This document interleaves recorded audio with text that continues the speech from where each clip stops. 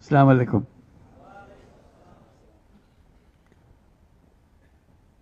তোমাদের দেখছি আর ভাবছি কি একটা স্বপ্ন আমাদের সবার সামনে, তোমাদের সামনে, জাতির সামনে তোমরা নিয়ে এসছো। প্রথম শুরুতেই আমরা যারা শহীদ হয়েছে তাদের কথা স্মরণ করি। যারা শহীদ হয়েছে তারা চলে গেছে, এবং তোমাদের দিকে তাকাচ্ছিলাম, ভাবছিলাম তোমরাও শহীদ হয়ে যেতে পারতে। এটা শুধু ভাগ্যের খেলা, তুমি এদিকে রয়ে গেছো, সেই দিকে চলে গেছে। আজকে তারা আমাদের সঙ্গে বসতে পারত,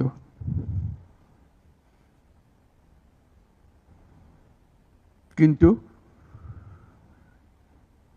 সেই সুযোগ তাকে দেওয়া হয়নি, তাদেরকে দেওয়া হয়নি।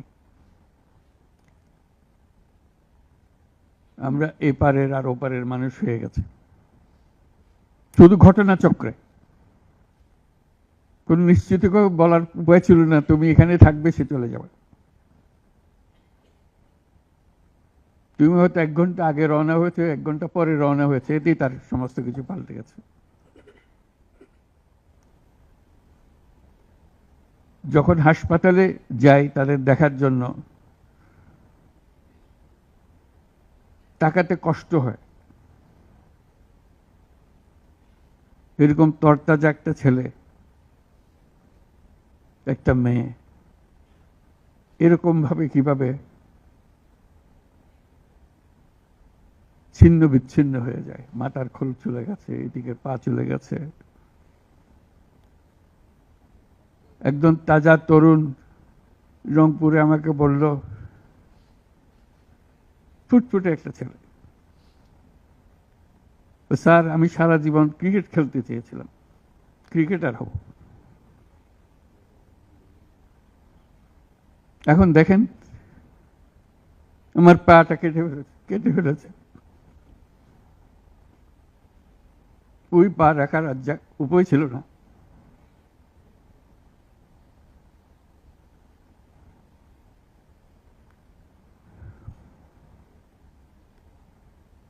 সে আমাকে জিজ্ঞেস করে, স্যার আমি ক্রিকেট খেলবো কি করে?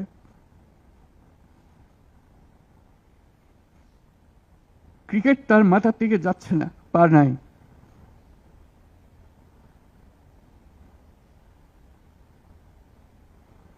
যতবার দেখি ততবার মনের সামনে প্রশ্ন জাগে। এটাই আমরা বাংলাদেশ বানিয়েছিলাম, যে এতগুলো তাজা প্রাণ তাদেরকে ছেড়ে চলে যেতে হয়েছে।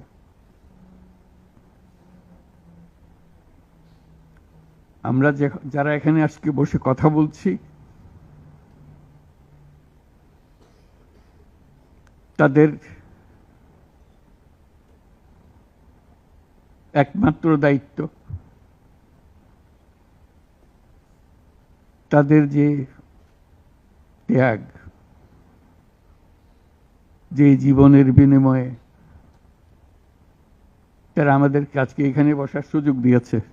তারা না গেলে আমরা আজকে এখানে বসতে পারতাম না। সবাই আমরা যারা সরকারের মধ্যে বসছি, তোমরা যারা আজকে শান্ত মনে এখানে কথা শুনতে এসছো, কেউ এই ভূমিকে আসতে পারতাম না।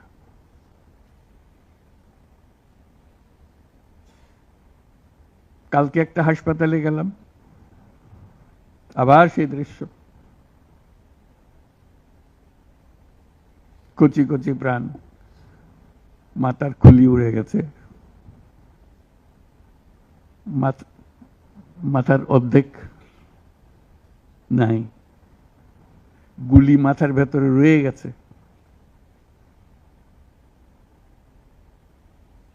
একজন, এটা রংপুরের হাসপাতালের দৃশ্য, একটা এক্স-রে দেখালো,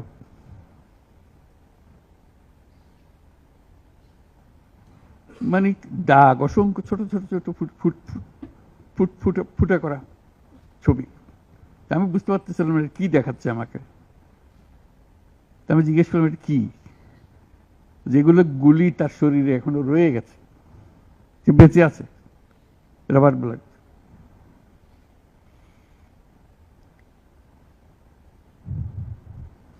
যতবার দেখি, যতবার শুনি, আবার নতুন করে প্রতিজ্ঞা করতে হয় যে স্বপ্নের জন্য যারা প্রাণ দিয়েছে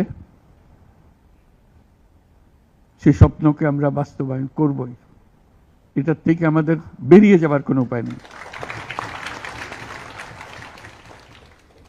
আমাদের যোগ্যতা না থাকতে পারে,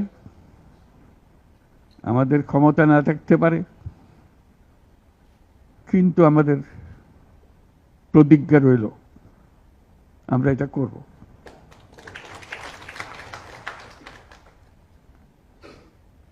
আমি খালি দেখি এই যে ছবিগুলো, আমি তাদের সাক্ষাতে ছবি বলতে যে দৃশ্য দেখলাম, এটা তো সবাই দেখছে না। যারা হাসপাতালে আসছে তারা দেখছে, প্রতিদিনের ঘটনা, একবারের ছবি না। মানুষকে এটা তো জানাতে হবে, বোঝাতে হবে যে কি এর পেছনে কি ছিল।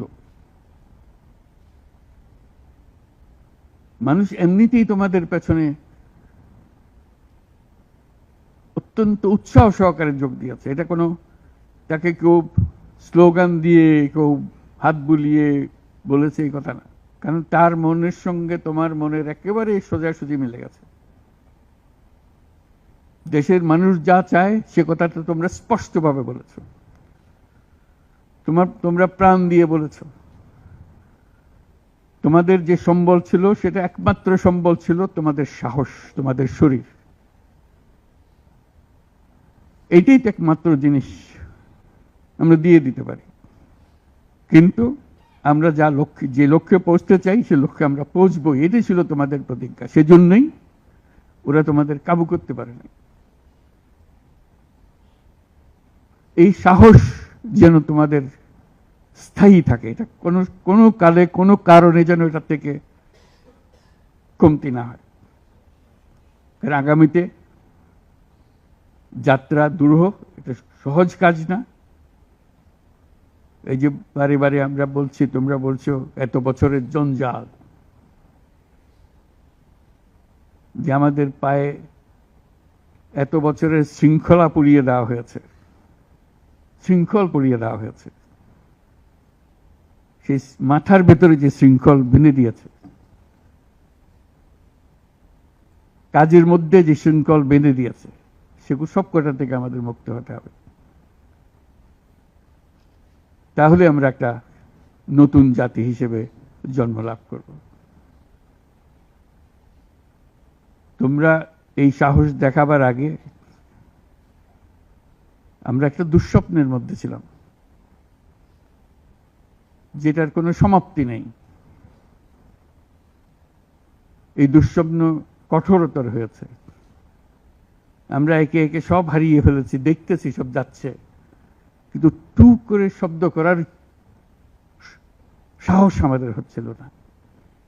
সবাই মেনে নিচ্ছিল যে যেভাবে হোক কোন রকমের সামাল দিয়ে চলা, যতটুকু না হলে নয় সেটুকু করে দেওয়া, তবু জীবনটা কাটিয়ে দেওয়া। এটাকে উল্টে দেওয়ার কথা কেউ চিন্তা করেনি। এটাই ছিল আমাদের দুঃস্বপ্ন। আমাদের হাত পা ছিল অবশ। এই দীর্ঘ 16 বছরের দুঃস্বপ্নের মাঝখান দিয়ে হঠাৎ করে তোমরা আওয়াজ তুললে, না আমরা জেগে উঠব, এই দুঃস্বপ্নের ভেতরে থাকবো না। যে সাহস তোমরা দেখালে, যে ত্যাগ তোমরা করলে, হঠাৎ জাতি দুঃস্বপ্ন থেকে জেগে গেল, দেখে দিয়ে আরে সব তো আমাদের হাতের বাইরে চলে গিয়েছিল, আমাদের চিন্তার বাইরে চলে গিয়েছিল, এখন আমরা আবার সোজা হয়ে দাঁড়াবো। এই দুঃস্বপ্ন ভেঙে দেওয়ার যে সাহস তোমরা দেখিয়েছো, তার জন্য সারা জাতি তোমাদের কাছে কৃতজ্ঞ। আমাদের চেষ্টা হলো সে জেগে ওঠা জাতিকে নতুন স্বপ্নের দিকে নিয়ে যাওয়া, যে স্বপ্ন তোমরা দেখিয়েছো। যখনই এই অফিসে আসি, তোমরাও ঢুকেছ, চেহারাটা দেখলেই মনে পড়ে তোমাদের একটা ছবি, কিলবিল করছে ছেলেরা এর ছাদে, এর ওখানে, প্রতি জায়গাতে দখল করছে এই অফিস। মনে পড়ে যে ওরাই তো এই অফিস আমাদের জন্য মুক্ত করে দিয়েছে, আমরা আজকে ঢুকতেছি, তোমরাও ঢুকলে আজকে এখানে। তবে এই অফিস আর সেই অফিস নয়, আমরা নতুন বাংলাদেশের অফিস এটা করেছি। নতুন বাংলাদেশ গড়ার জন্য আমরা এখানে এসেছি, সেটা যেন সবাই মিলে আমরা করতে পারি। দেয়ালের যে লেখাগুলো যখনই দেখি অবাক লাগে, এত কথা কিভাবে এদের মনে আসলো। এদের পেছনে তো কোনো কবি নাই, কোনো সাহিত্যিক নাই, কোনো পণ্ডিত নাই যে কথাগুলো জোগাড় করে করে দেবে, কিন্তু সারা শহর ছড়িয়ে আছে, অন্যান্য শহরেও আছে। প্রতিটি কথা অত্যন্ত মূল্যবান, ছোট্ট কথা, ছোট্ট ছবি, অত্যন্ত মূল্যবান। আমি প্রথম দু একদিন দেখার পরে বললাম যে এইগুলো তো কদিন পরে হারিয়ে যাবে। তাড়াতাড়ি যারা পরিচিত আছে তাদের বললাম এগুলো সব ছবি তুলে রাখো, এগুলো হারিয়ে যাবে।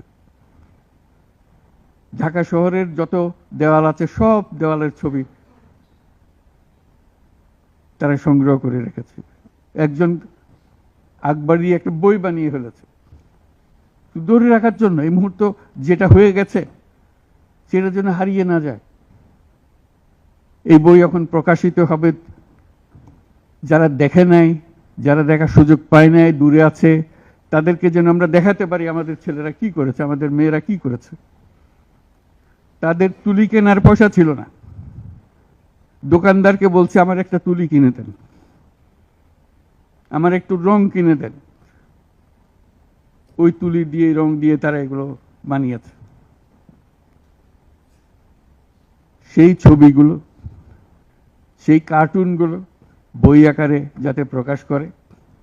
এবং আমি এখন আমাদের দূতাবাসগুলোকে বলছি, এটা তো আমরা দেখছি এখানে, তোমরা কি করছো, এই ছবিগুলোর অন্তত একটা প্রদর্শনী করো, দুনিয়ার লোকজনকে জানাও আমাদের ছেলে মেয়েরা কি করলো প্রত্যেক দূতাবাসে, যাতে করে আমাদের এই দেয়ালের ছবি, আমাদের এই ভিডিও, যারা যে যত আন্দোলনের যে ছবিগুলো, ভিডিওগুলো দেখানোর জন্য। শুধু বাংলাদেশের মানুষ উতলা হয়ে গেছে নতুন বাংলাদেশ করার জন্য, তাই না? আমাদের যত বাংলাদেশি সারা দুনিয়া জুড়ে আছে, তোমরা একটু আগে বলেছো তাদের কথা, তারা সবাই বলছে যে আমরা আসতে চাই, আমরা এই নতুন স্বপ্ন বাস্তবায়নে শরিক হতে চাই। কাজে তারা, তোমরা যে ঢেউ উঠিয়েছ শুধু এখানকার মনে না, সারা দুনিয়ার বাংলাদেশিদের মনে এই ঢেউ উঠিয়েছে,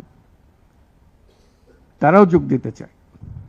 যারা বাংলাদেশি নয়, অন্যান্য দেশের তরুণরা, তারা বলছে আমরাও দেখতে চাই, কারণ আমাদের দেশেও এরকম দরকার। কাজে এটা কোনো সীমাবদ্ধ নয় যে বাংলাদেশের মনের মধ্যে তোমরা প্রচন্ড ঢেউ জাগিয়ে দিয়েছ, প্রচন্ড স্বপ্ন জাগিয়ে দিয়েছ, তোমরা সারা পৃথিবীর তরুণকে জাগিয়ে দিয়েছ।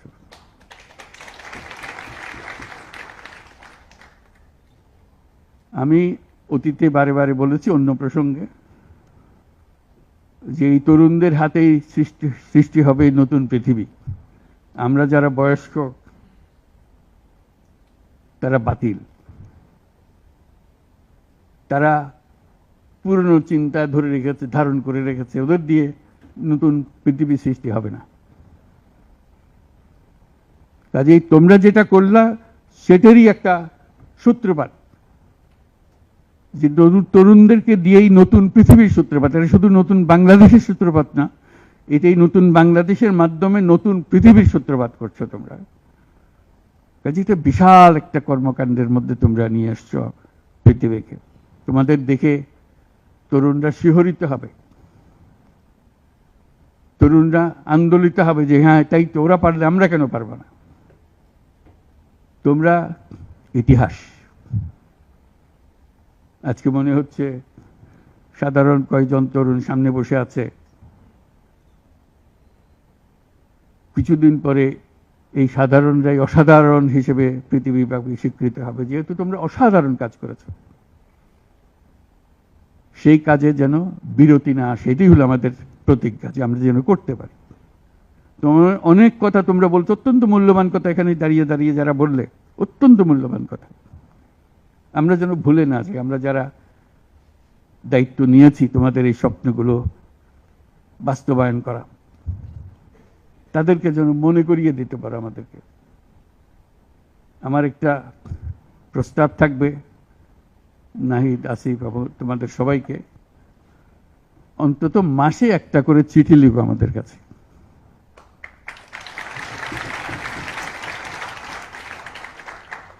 শুধু স্মরণ করিয়ে দেওয়ার জন্য এটা বাকি রয়ে গেল, এটা ঠিক হলো না। কারণ আমরা হয়তো অনেক সময় মাথার থেকে ছুটে যাবে, যেহেতু তোমরা যেভাবে দেখে এসছো আমরা সেভাবে দেখতে জানি না। সেই জানানটা দেওয়ার জন্য আমাদেরকে গুঁতো দিতে হবে, স্মরণ করিয়ে দিতে হবে, যাতে করে আমরা এটার থেকে বিচ্যুত হয়ে যেতে না পারি। এটা তোমাদের দায়িত্ব, কারণ যে পথে রওনা করে দিয়েছ সেটার রূপরেখা তোমাদের কাছে পরিষ্কার। আমরা হয়তো কিছুটা বুঝেছি, কিছুটা অন্যভাবে বুঝেছি, এরকম যেন না হয়। তোমাদের ঠিকভাবে যে স্বপ্ন তোমরা দেখেছ, সেই স্বপ্নটা যেন আমরা আমাদের সাধ্যমতো রূপ দিতে পারি। বহু লোক বসে আছে যারা এই দুঃস্বপ্ন থেকে আমরা জেগে ওঠার কারণে তারা দিশেহারা হয়ে গেছে। একদিন চুপচাপ শুয়ে শুয়ে দুঃস্বপ্নের মধ্যে এরা ছিল, দুঃস্বপ্ন দেখছিল, আমরা শান্ত আনন্দ সহকারে লুটপাট করে যাচ্ছিলাম, হঠাৎ করে গোলমাল হয়ে গেল। তারা কি চুপচাপ বসে থাকবে? মোটেই না। খুব চেষ্টা করবে আবার তোমাদেরকে দুঃস্বপ্নের মধ্যে যাতে ঢুকিয়ে দেওয়া যায়, তারা শান্তমতে আবার শান্তিতে আবার তাদের রাজত্ব চালাতে পারে। তারা চেষ্টার ত্রুটি করবে না। কাজে যে কাজ শুরু করেছ, এই কাজ সমাপ্ত না হওয়া পর্যন্ত এর থেকে বেরিয়ে যেও না, তাহলে সব নষ্ট। বাংলাদেশ এই যে বলল, আমি বলছিলাম 16 বছর, বললো 53 বছর। বাংলাদেশের জন্ম থেকে আজ পর্যন্ত এই সুযোগ আর আসে নাই, যে সুযোগ তোমরা আমাদের হাতে তুলে দেবে। এই সুযোগ যেন হাতছাড়া না হয়। এই সুযোগ হাতছাড়া হলে বাংলাদেশের আর কোনো ভবিষ্যৎ থাকবে না। এটা কোনো আর দেশ, এটা কোনো রাষ্ট্র আর থাকবে না। কাজে এটা যেন শুধু রাষ্ট্র নয়, পৃথিবীর সম্মানিত রাষ্ট্র হিসেবে প্রতিষ্ঠিত হতে পারে, যেহেতু তরুণরা এটার হাল ধরেছে। এই কারণেই এটা ভিন্ন, এই কারণে এটা ইউনিক, অনন্য। এই অনন্য একটা দেশ আমরা তৈরি করতে চাই। মানুষ এসে এটা, দুনিয়ার মানুষ এটা এসে দেখে যাবে, তোমাদের কাছে শিখতে আসবে, তোমাদেরকে নিয়ে যাবে। আমাদেরকে বলো কি মন্ত্র দিয়ে তোমরা এটা করেছো, এই মন্ত্রটা তারা শিখতে আসবে। সে মন্ত্র হয়তো তোমরাও টের পাচ্ছ না, এই কি মন্ত্রটা কিভাবে আসলো, কিন্তু একটা বিরাট মন্ত্র তোমরা আবিষ্কার করছো। এই মন্ত্রকে ধরে রাখবে। এই মন্ত্র যদি শিথিল হয়ে যায়, আমাদের কপালে অশেষ দুঃখ। সেই দুঃখ যেন আমাদেরকে দেখতে না হয়। তোমাদেরকে অভিনন্দন। তোমরা নিজ নিজ চিন্তায় অনড় থাকো। যে যত পরামর্শ দেয় এটার থেকে বেরিয়ে আসার, এই পরামর্শ তোমরা গ্রহণ করো না। তোমাদের চিন্তায় স্বচ্ছ, তোমাদের চিন্তায় সঠিক, এটা মুঠো থেকে ছাড়বে না, হাত থেকে ছাড়বে না।